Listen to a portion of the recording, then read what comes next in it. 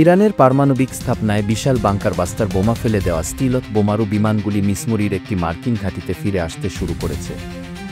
রবিবার বিকেলে পরিষ্কার কিন্তু বাতাসের ঝাপটায় অ্যাসোসিয়েটেড প্রেসের একজন সাংবাদিক কমপক্ষে 7টি বি-2 স্পিরিট বোমারু বিমান হোয়াইট ম্যান বিমান ঘাঁটিতে অবতরণের জন্য এসেছিলেন। 4টি স্টিলথ বিমানের প্রথম দলটি উত্তর দিক থেকে রানওয়ের কাছে পৌঁছানোর আগে ঘাঁটির চারপাশে ঘুরে বেড়ায়। 3 জনের একটি চূড়ান্ত দল 10 মিনিটের মধ্যে পৌঁছে।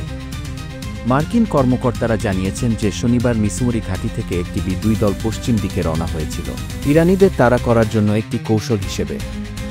7 জনের আরেকটি ফ্লাইট চুপি চুপি পূর্ব দিকে উড়ে যায়, অবশেষে ইরান মিশনে অংশগ্রহণ করে। মার্কিন সামরিক বাহিনী শনিবার সন্ধ্যায় ইরানের 3টি স্থানে হামলা চালায়, দীর্ঘস্থায়ী শত্রুকে দুর্বল করার জন্য ইসরায়েলের ইরানের পারমাণবিক কর্মসূচি ধ্বংস করার প্রচেষ্টায় নিজেদেরকে যুক্ত করে।